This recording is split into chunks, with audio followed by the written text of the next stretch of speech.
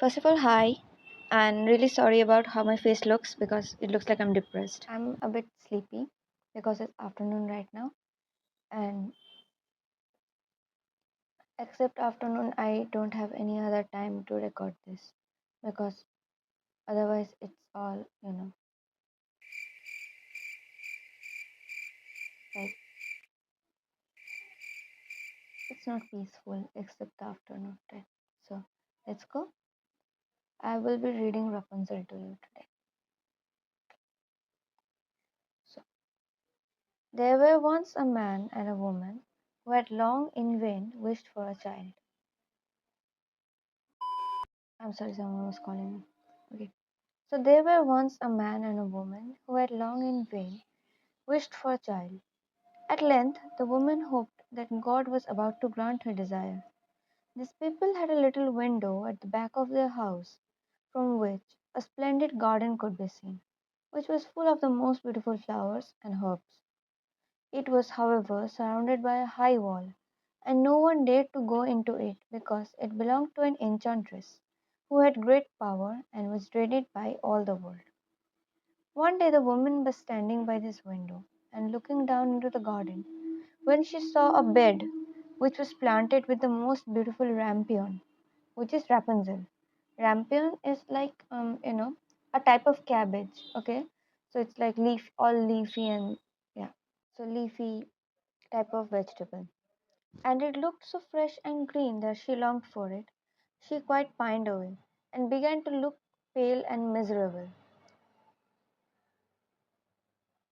Then her husband was alarmed and asked, "What ails you, my dear wife?" "Ah," said, "if I can't eat some of the rampion which is in the garden behind our house, I shall die." The man who loved her thought, "Sooner than let your wife die, bring her some of the rampion yourself, let it cost what it will." Good husband. At twilight he clambered down over the wall into the garden of the enchantress, hastily clutched a handful of rampion, and took it to his wife. She at once made herself a salad of it, and ate it greedily. It tasted so good to her, so very good, that the next day she longed for it 3 times as much as before. As if he was to have any rest, her husband must once more descend into the garden. The husband is gonna get in danger. Anyways. In the gloom of evening, therefore, he let himself down again. But when he had clambered down the wall, he was terribly afraid, for he saw the enchantress standing before him. "How can you dare," she said with an angry look, "descend into my garden and steal my rampion like a thief? You shall suffer for it." "Ah," answered he, "let mercy take the place of justice. I only made up my mind to do it out of necessity. My wife saw your rampion from the window, and felt such a longing for it that she would have died if she had not got some to eat." Then the enchantress allowed her anger to be softened, and she said to him, "If the case be as you say, I will allow you to take it away with you as much rampion as you will.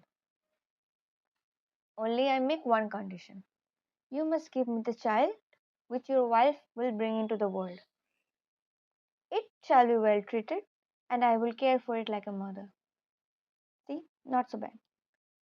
The man in his terror consented to everything, and when the woman was brought to bed, the enchantress appeared once and gave the child the name of Rapunzel and took it away with her. Rapunzel grew into the most beautiful child under the sun. When she was 12 years old, the enchantress shut her into a tower which lay in a forest and had neither stairs nor door, but at the quite at the top was a little window. When the enchantress wanted to go in, she placed herself beneath it and cried, "Rapunzel, Rapunzel, let down your hair to me." Rapunzel had magnificent long hair, as fine as spun gold, and when she heard the voice of the enchantress, she unfastened her braided tresses, wound them one round one of the hooks of the window above, and the hair fell 20 ells down, which is like 20 stories down. Yeah. And the enchantress climbed up it. After a year or two, like maybe 16, I guess. I'm guessing for two more, it went for 2 more years, and then it's saying after a year too. So maybe Rapunzel was 16. It came to pass that the king's son rode through the forest and passed by the tower. Then he heard a song which was so charming that he stood still and listened. This was Rapunzel, who in her solitude passed her time in letting her sweet voice resound. The king's son wanted to climb up to her and look for the door of the tower, but none was to be found. He rode home, but the singing had so deeply touched his heart that every day he went out into the forest and listened to it. Once, when he was thus standing behind a tree, he saw that an enchantress came there, and he heard how she cried, Rapunzel, Rapunzel, let down your hair to me. Then Rapunzel let down the braids of her hair, and the enchantress climbed to her. If that is the ladder by which one mounts, I too will try my fortune. I mean, said he, and the next day when it began to grow dark, he went to the tower and cried, Rapunzel, Rapunzel, let down your hair to me. Immediately the hair fell down, and the king's son climbed up. At first Rapunzel was terribly frightened when a man, as such as her eyes had never yet beheld, came to her.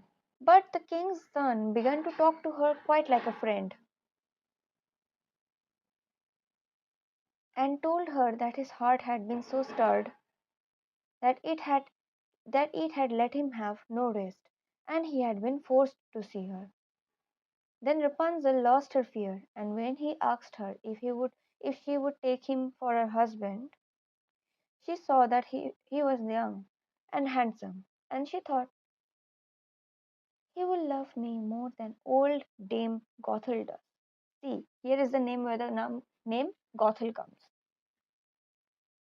Although I don't know if the name is Gothel or it's a term, because Dame is also a term. So yeah. And she said yes and laid her hand in his. She said, I will willingly go away with you, but I do not know how to get down. Bring with you a skein of silk every time that you come, and I will weave a ladder with it. And when that is ready, I will descend, and you will take me on your horse. A skein is like, wait, maybe it's in the dictionary.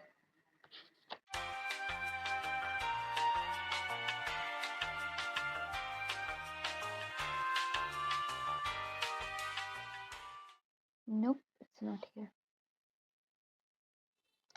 I'm hoping a skein is like a ball of, like how a ball of wool is. It's like a ball of silk. Yep.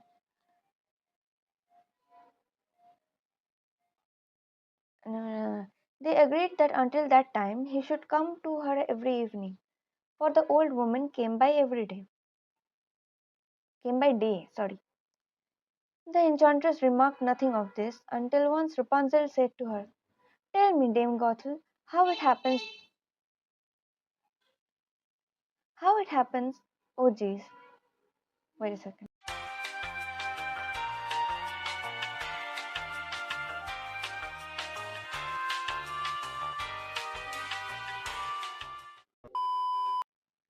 They agreed that until that time he should come to her every evening, for the old woman came by day. The enchantress remarked nothing of this, until once Rapunzel said to her, Tell me, Dame Gothel, how it happens that you are so much heavier for me to draw up than the young king's son? He is with me in a moment. Ah, you wicked child, cried the enchantress. What do I hear you say? I thought I had separated you from the world, and yet you have deceived me. In her anger, she clutched Rapunzel's beautiful tresses, wrapped them twice out, wrapped them twice round her left hand, seized a pair of scissors with the right, and snip snap. They were cut off, and the lovely braids lay on the ground. And she was so pitiless that she took poor Rapunzel into a desert, where she had to live in great grief and misery. That was what happened to Rapunzel. Now, what happened to the prince? On the same day that she cast out Rapunzel, however, the enchantress fastened the braids of hair which she had cut off to the hook of the window, and when the king's son came and cried, Rapunzel, Rapunzel, let down your hair to me, she let the hair down. The king's son ascended, but instead of finding his dearest Rapunzel, he found the enchantress, who gazed at him with wicked and venomous looks. Aha! She cried mockingly. You would fetch your dearest, but the beautiful bird sits no longer singing in the nest. The cat has got it and will scratch out your eyes as well. Rapunzel is lost to you. You will never see her again. A bit harsh. The king's son was beside himself with pain, and in his despair he leapt down from the tower.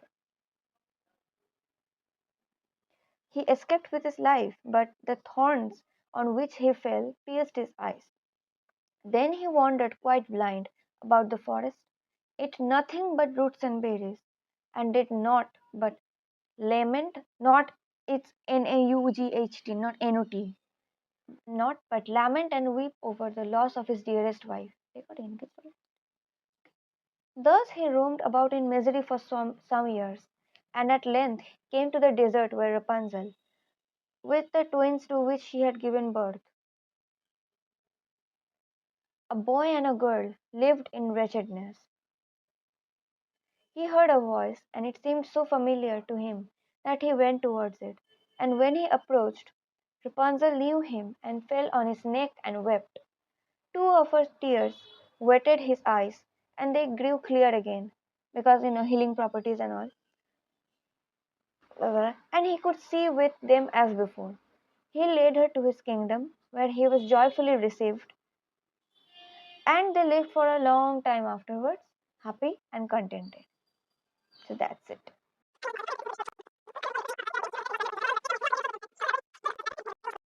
Anyways, I might have been talking too much. Don't worry about that.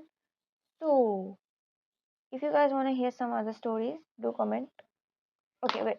I'm putting out a list. Okay.